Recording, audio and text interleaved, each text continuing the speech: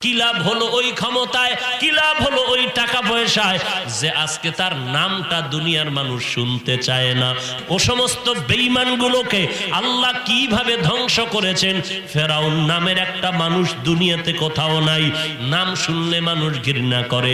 অথচ টাকারও অভাব ছিল না, ক্ষমতারও অভাব ছিল না।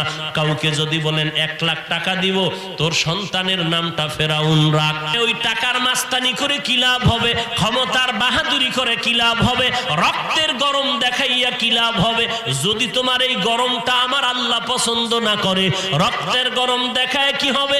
যদি রক্তের গরমটা আল্লাহর জন্য দেখাইতে না পারো, নামাজ যদি পড়তে না পারো, আল্লাহর নবী বলেন সহিহ হাদিস, বেঈমান আর মুমিনের মধ্যে ব্যবধান হলো নামাজ। বেঈমানেরা নামাজ পড়ে না, মুমিনেরা নামাজ ছাড়তে পারে না।